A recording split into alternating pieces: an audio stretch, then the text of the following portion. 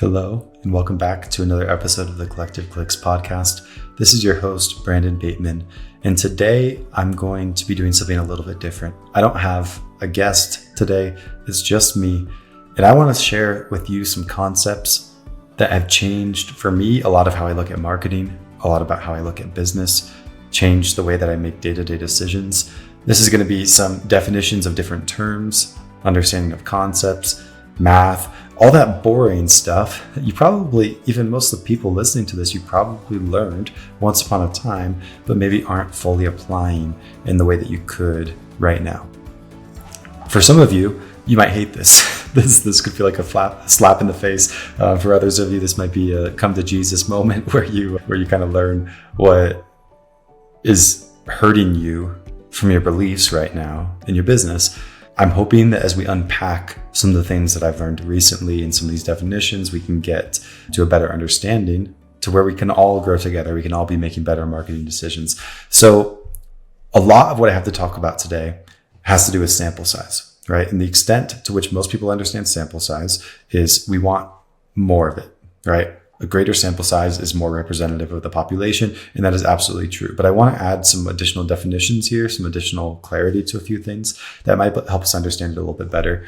Something that helped for me personally is understanding the difference between performance and results. So I want to define each of these real quick, just so that we have a common understanding of the terms I'm going to be using today, so that we can learn a little bit better how they affect our decisions. So number one, result. This is obviously something that I care about a lot, something that you probably care about a lot when it comes to marketing in your business, right? It is a consequence, effect, or outcome of something. That's the result, right? So a result is basically what happened. That's simple. A lot of people think that performance is the same thing. It's not actually. If we look at the definition of performance, it is the action or process of carrying out or accomplishing an action, task, or function. Or another definition is the capabilities of a machine, vehicle, or product, especially when observed under particular conditions. So I think that's kind of interesting, right? Because performance is basically the thing that happens before the result. It's the thing that's happening underlying the result. So to give you a little bit of an example here, let's talk about flipping a coin, right? Let's just say I'm going to flip a coin over and over and over again. Even from the very first time I flip that coin, what is the performance of my coin from the standpoint of getting heads versus tails? Well, if we think about it as the capability of the system, then the performance of that coin is that it's going to get me 50% of the time, it's going to get me heads, and 50% of the time it's going to get me tails. I know that even before I flip the coin because I understand how coins work, right? It's innate to the system, not necessarily what happened. Whereas result is going to be the measurement of that. So let's just say I flip that coin 4 times and I've got 3 heads and I've got 1 tail. What does that tell me? The performance of the coin is 50% heads, yet the result of the coin is 75% heads. So notice performance and results aren't always the same thing. Sometimes they differ. And turns out how it works is the longer you let it go, or in other words, the larger you make your sample, the more the performance and the results tend to come together. Performance is going to be roughly the same in the whole sample, and then results are going to be approaching it. So theoretically, if you flip a coin 1,000,000 times, it's pretty likely that you're going to be really close to 50% of the times you got heads and 50% of the times you got tails. That is how results work. With more sample size, they approach performance. So with more sample size, they basically become the same thing. The real question is, how long does it take for them to be the same thing? How this applies to our marketing is we're always spending this money on marketing, and we're always wondering, do I have enough data? It's been a day, it's been a week, it's been a month, it's been 6 months or 2 years. Do I have enough data to know that this actually works? So how many times do you have to flip a coin to know that coin actually flips at 50% and not just blindly believe that based on how coins are? Well, it turns out you'll actually never understand that. Results and performance will never be completely the same. Why? Because you're always going to have about 50% of outcomes where you could be above 50% of heads and then 50% where it's below, because there's this bell curve. Even if it becomes a really tight bell curve, there's this bell curve around the 50% mark. So you can't actually do that. You have to introduce something called margin of error, where we start to then ask the question that's a true solvable problem. And I'll give you an example of what that is. I could ask, how many times do I have to flip a coin in order to know with 90% confidence that it gets ahead at least 40% of the time? That's a solvable problem, right? I'm wanting in 90% of the possible scenarios, even though the coin is targeted towards that 50%, I just want to be able to prove that it's at least the 40%. So that bell curve around the 50% just has to get tighter and tighter and skinnier until at some point over 90% of the bell curve is to the right of that 40% probability. I hope this makes sense a little bit. If you're not following me, I promise I'll get to the actual outcome and the actual reality of what this means. It's the same thing with marketing, right? So instead of saying we're shooting for 50% heads on our coin, let's just assume we're looking for a 5x ROAS. ROAS meaning return on ad spend, right? So we're wanting to spend $10,000 on ads and we're wanting to generate $50,000 in revenue. That's a 5x ROAS, right? So just like when we're flipping a coin, we have that percentage chance that we're getting what we want every single time we flip it. The same thing's happening with every dollar that we spend on marketing, right? Every dollar, and here's just the simple example, right? Let's just say you do $20,000 deals.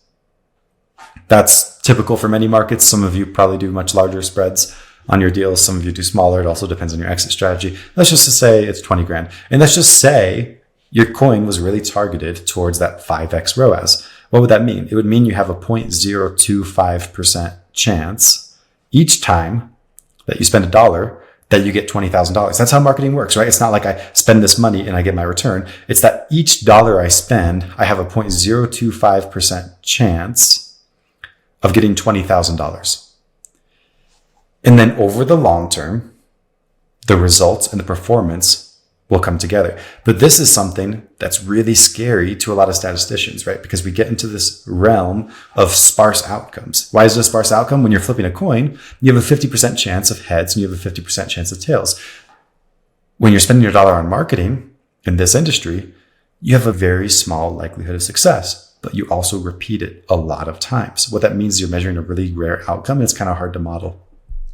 So let's just take that same concept, right? So let's just assume we're going to get a 5x ROAS. Now we have to apply our margin of error. So we're going to say, if we want to get at least if we want to measure and confidently know that we're getting at least a 4x return on our ad spend, and we want to be about 95% confident that that's true. And I say 95% because we work with 170 clients, right? That means we're still going to be wrong for 8 to 9 of our clients if we did this analysis, right? Everybody says 95% super confident and you're never going to be on the bad end of that. But I quite literally see the bad end of that so often, right? There's always somebody there. So we're trying to measure for at least this 4x ROAS. And I'm kind of walking through you through this example so you can sort of understand this analysis that we did recently. This is basically exactly what we did. So we're simulating each time you flip that coin, it's basically a 0.025% chance that we get $20,000. And we flip that coin 3 billion times with a computer. So this is something I recently hired a data scientist to help us out with, because I started with the question of how much money do we actually have to spend on this marketing channel to have a good idea if it works or not. And I was kind of shocked by the outcome. So that's why we did these 3 billion trials and we tested things over and over and over again to see how does the probability play out in this simulation output. And then we reverse engineer that so that the budget is the output. So we're seeing if we want this margin of error, if we want this kind of return on investment, then we see of all these billions of trials, how many times did we make this money and how many are grouped in these different ways. And we can actually get down to a number. And this number represents how much money you should have to spend on a new marketing channel in order to know with up to that 20% margin of error that it's performing at the ROAS that it actually is, or that you expect it to, or that the underlying coin, for example, should have, right? It's the same concept with the coin, right? How many times do we have to flip the coin to know that it actually is a fair coin? This is how many dollars do we have to spend on a marketing channel to know that it's a fair marketing channel, assuming it is actually fair. Here's the other thing about this. I've told this to a few people, and they all assume that I'm talking about our strategies, what we've measured, digital marketing. This is all purely theoretical. Now, it does have actual applications, but this is just basic laws of statistics, and we're just looking at what is the probability of something. So that this theoretically applies to all marketing channels. So if you want 95% confidence and you want the 20% margin of error, and you do deals in $20,000 increments, like for example, if you did a bunch of deals that are all worth $10, then you would have a less sparse data set, right? So you wouldn't need quite as much money. But if all those things are true, which they are true for most of our clients, you would need to spend $240,000 on a marketing channel that does work to prove that it indeed does work. I don't know about you, but to me, that number was shocking. We analyzed it a whole bunch of different ways, keep on getting answers similar to that when we're doing the calculations in ways that I believe in. And that's not to say this is a bulletproof analysis, or it couldn't be done better, or it couldn't mimic the real world better. But here's the thing. Statistics exist as a model around reality. Statistics help us understand reality in a better way, because the gap between what you think you know and the reality of the world is the gap that if you close it, you can accomplish a lot more things, right? And I know that so many of you listening to this are entrepreneurs. It has to be over 95% of you, right? I'm an entrepreneur too. I know how it works. You don't believe in rules. Sometimes you think that you're the exception in everything, right? Sometimes you walk outside and want to jump really high and just think that you can fly because you're delirious like that. But there's gravity, right? This is no different, right? Statistics, there's no evil person that invented statistics and told you this isn't true, right? Just like we have the theory of gravity, and that tells us how, it's probably not even called the theory of gravity. I'm not that strong in science, but you get the point. Just how we have, these different scientific theories that explain physics, statistics explain the natural laws of math and numbers and quantities and populations. And that is really insightful, right? And that can be frustrating at first when you learn these things, because you want to just go outside and you want to jump and you want to fly. But if you learn how gravity works and you learn all the other physics, then you start to learn the kind of things that you need to build something like an airplane, right? So instead of just like wanting to make something work in a world where it shouldn't, you start to learn, if it were to work, how would that have to happen?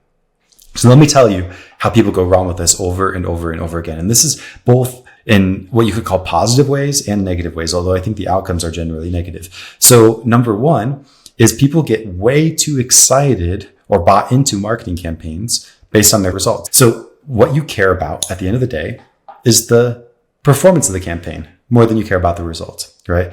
Because that's more predictive of the future. Yet we get really caught up on the result. If you look at, like, you may have heard me compare before marketing to finance and accounting, right? So many marketers are basically accountants. They are the bean counters of revenue, right? I spent this here, I got this here. And for a lot of people, if you ask them what marketing is, they will tell you that is what marketing is. You throw a bunch of stuff at a bunch of marketing channels. You measure how it performed. You find what was working well and you double down. You find what wasn't working well and you cut it. That's a very narrow view of marketing that is more similar to accounting, right? We're trying to figure out what happened. You know what that measures? That measures the result. And then it assumes performance based on the result. The best marketers are like CFOs.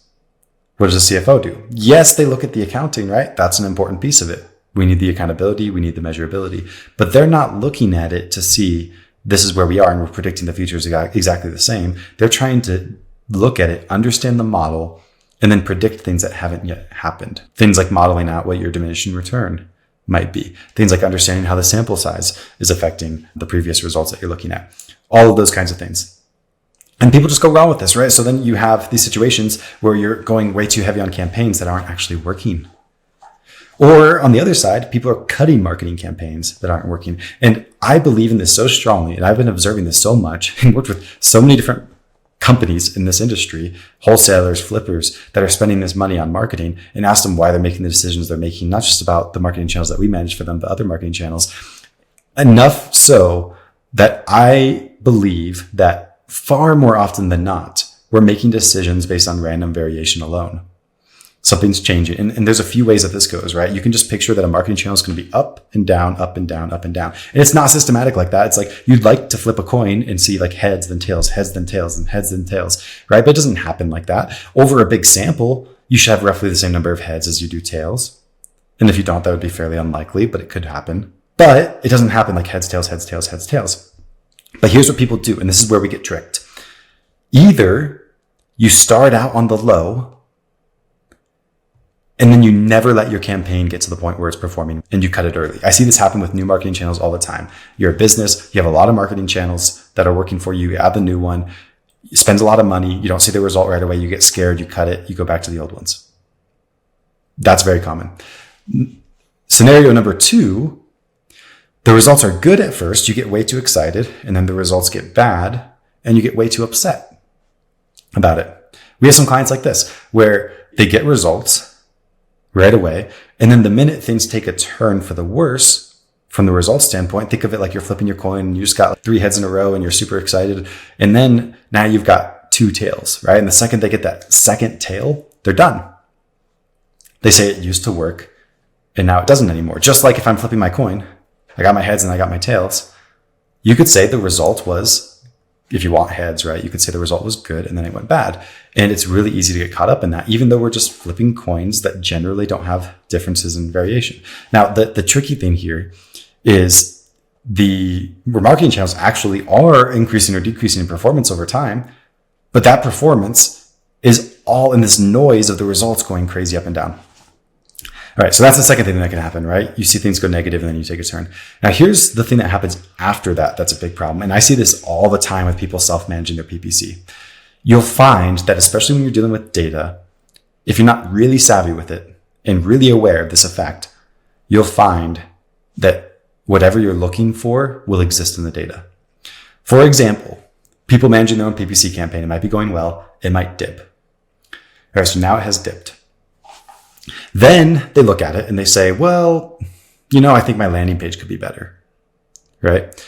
Okay, so I'm going to get a different landing page, or I don't like those keywords, so I'm going to change that. Or maybe if you're not managing your own PPC, you think, well, this agency is not performing well. I feel like they're not spending enough time looking at the campaigns, or whatever the case is, right? Everybody kind of makes up their own thing that may or may not be grounded in the actual truth. They make that up and they project that onto their marketing performance to explain it, because we're dealing with things here that are hard to explain, right? And we feel better as humans when we feel like we understand them, right? So they say that that is bad. So if it's just a business owner working with an agency, maybe they change the agency they're working with. If it's someone managing their own PPC, maybe they just start changing stuff. And then guess what happens? Well, it turns out if you make a change when something's low, the greatest likelihood is that it's going to go up from there because it's lower than what you've seen on average. So you make a change, get that new landing page, and now suddenly your lead flows up. But what's happening is you made the change when it was low, and then naturally it's just going to happen. It was going to improve after. It also happens with when things are high, right? Things are good, you make a change, and then they get sour, and then you assume it's because of that change that they got sour, right? But you have to realize that things are always going up and down. And most of the changes that you're going to see on a day-to-day, week-to-week, month-to-month, and even quarter-to-quarter basis, if you're not dealing with massive budgets, most of those changes are going to be heavily driven by random variation. And I'm not saying that the performance isn't going up or the performance isn't going down. What I'm saying is that the results are fluctuating significantly faster than the performances. And if you're not careful, you won't be able to see it. You'll also see this with people. I just had a call with someone earlier today that you might know from social media. And you might think, based on what he says, has a lot more revenue and a lot more profit in his business than he actually does. When you actually look at the numbers, it doesn't do so hot, right? But if you just highlight like the right wins, then it starts to look like they're doing really well.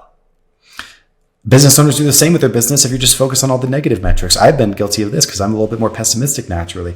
I always try to find the dirt in whatever I'm looking at, and you could always find something bad, right? So if you have these situations, you start to notice like we are trying to use data to make decisions, but we're still making emotional decisions, and then we're just using our data to actually support that.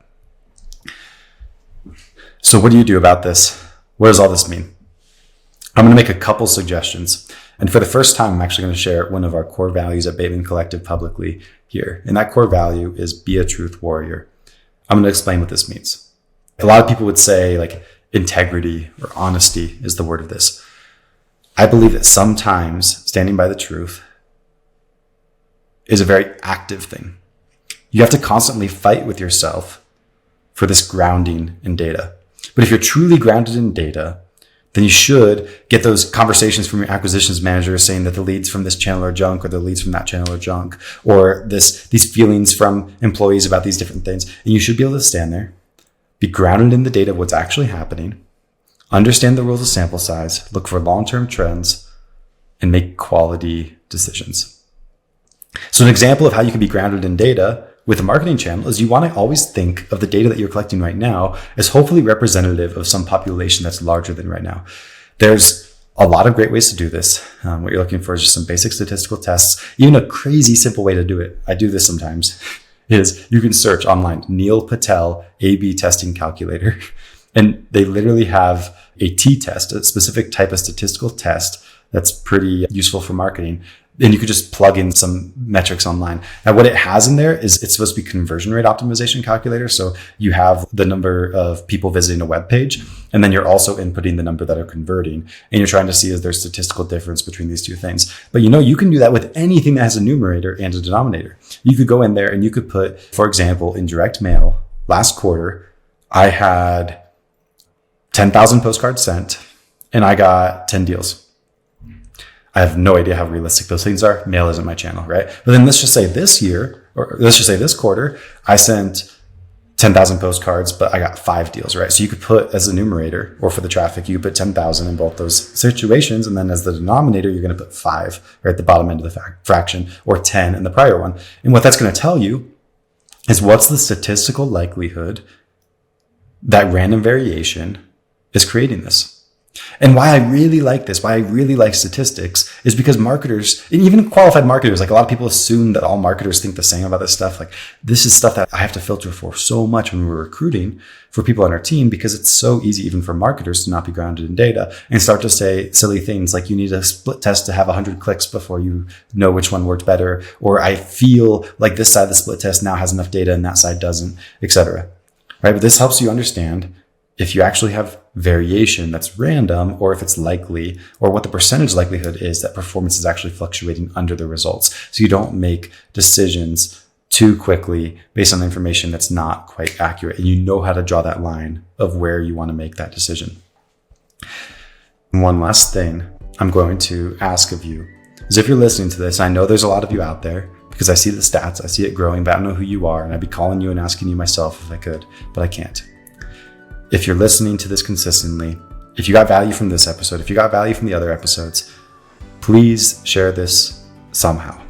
It could be an Instagram story or a Facebook post. It could be in a group of real estate wholesalers, or whatever the case is. It could even just be a text to your friend. Just know it's insanely appreciated. These, for me, are my values. I believe in this objectivity. I believe that there's facts. And if we better understand those facts and the difference between what we feel or what we believe and the reality of the situation, then we could be better, smarter marketers. And I think that every investor needs to know this. So please help me with that mission. Share this so that we can all get better together. If you have any feedback on this, if you like this style of episode, you didn't like this style of episode, let me know either way, please, so that we can get better at producing the right kind of content that you'll like in the future on this channel. And I will see you next week.